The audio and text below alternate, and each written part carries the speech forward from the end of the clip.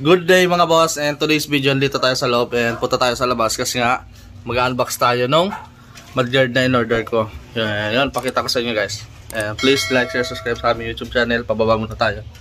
Pakita ko yung unbox natin na mudguard. Welcome to my channel. Please like and share. Don't forget to subscribe and hit the notification bell for more update videos. At please follow and like our Facebook page, Mary Angeline Permun Vlog. Thank you.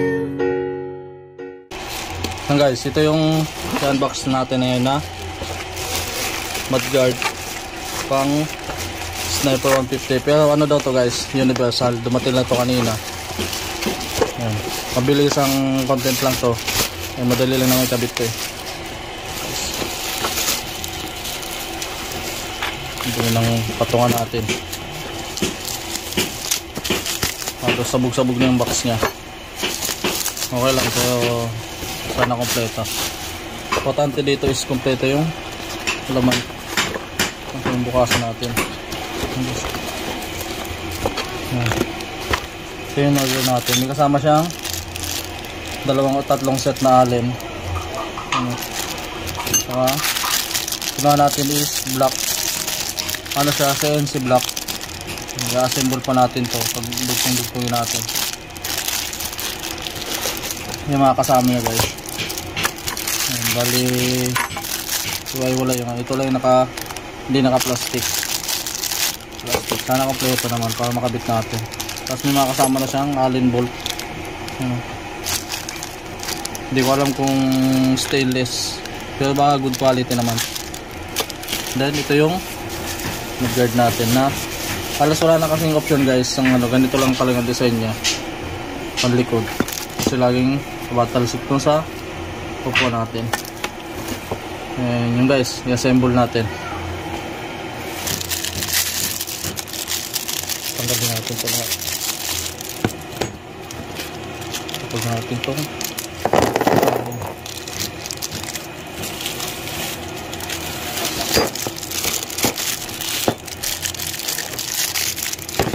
Tanggalin natin para makita natin kung kasi halos ano siya guys, wala siyang manual. Kaya tayo na bahala kung paano natin dudugtong-dugtongin ito. Ito na lahat. Then assemble natin. Hanapin lang natin yung pagkasunod-sunod nito guys.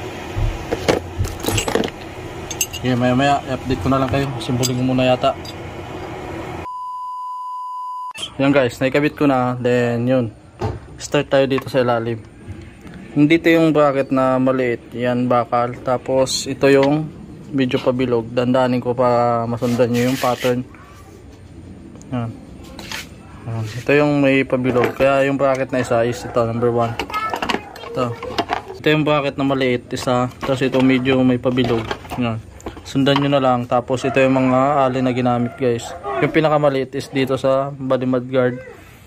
Then itong maliliit na walang ulo is dito siya.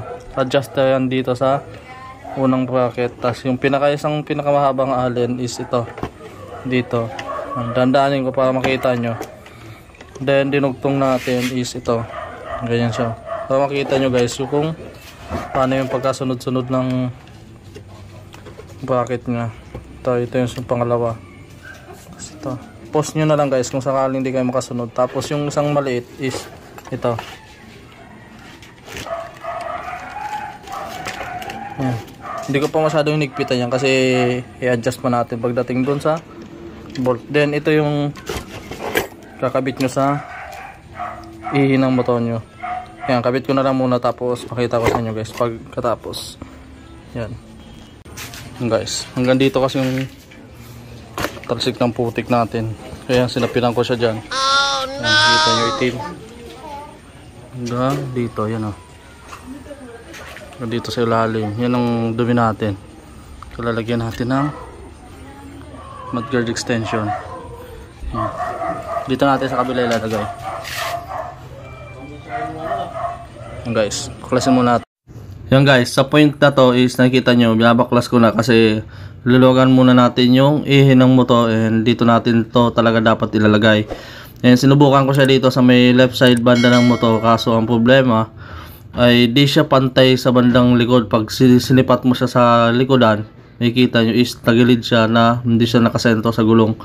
Kaya nag-decide ako na ilipat siya dito sa kabila. Kaso ang problema naman pagdating dito sa kabila is makikita nyo naman na masyado siyang dikit sa gulong. Yan, makikita nyo, na-adjust ko siya. Pero ang kagandahan lang dito sa kabila is makikita mo nakasento siya sa gulong. Ang problema nga lang is masyadong dikit sa gulong yung mudguard natin. And in case na may tubig, kaya ganyan, medyo sayad konti sa bandang baba. Kaya yun, ayusin ko muna and pakita ko ulit sa inyo guys pag natapos na. Whoosh!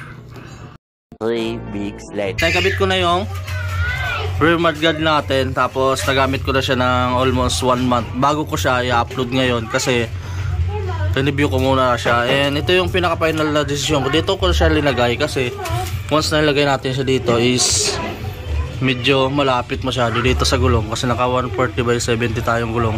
Malaki na yung gulong natin, pero kung naka-stack kayo malayo yan. Then ito, kahit anong higpit mo, pumapagpag pa din siya.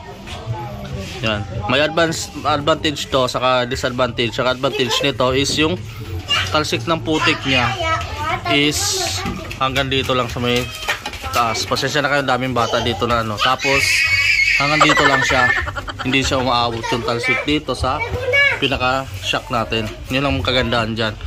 Ang disadvantage naman nito is ito, tingnan nyo guys, oh. Oh no! Disadvantage naman nito is ito, pansin nyo guys, ilang months, ilang days ko pa lang to gamit. Yan, may biyak na siya dito, and napansin ko kaya ko siya tinanggal, may biyak na din pala siya dito sa baba. Yan, oh. Yan yung disadvantage niya. And ginawan ko is binutasan ko na lang muna siya dito ng ano, saka lagyan natin ng maitiban saka plastic tie. Hindi ko nga alam kung ano, kasi gagawin na lang natin ito is tatanggalin na lang natin pag ganito mainit. Ngayon mainit, tanggalin na lang muna natin to para hindi siya ano, kasi yung biyahe natin is minimum na 100 kilometers o isang oras ng umaga, tapos isang oras din ng gabi pa uwi. Halos 2 hours lampas, depende din. Tapos dito sa bahay pag umalis-alis, yan yun lang ano ko dito. Pero maganda sana siya gamitin, mas malinis siya tignan, ganyan, oh. Diba?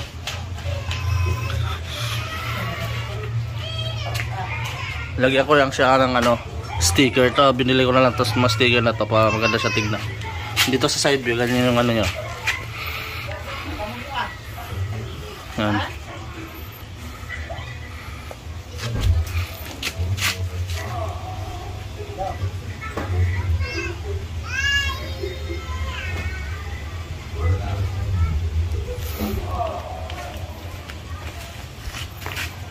Guys, yun lang. Please like, share, subscribe sa aming YouTube channel, and thank you for watching guys. Comment down below na lang pala yung mga nakagamit na din ito. Ito, adjustable naman yan guys. And ito is universal naman. Yan.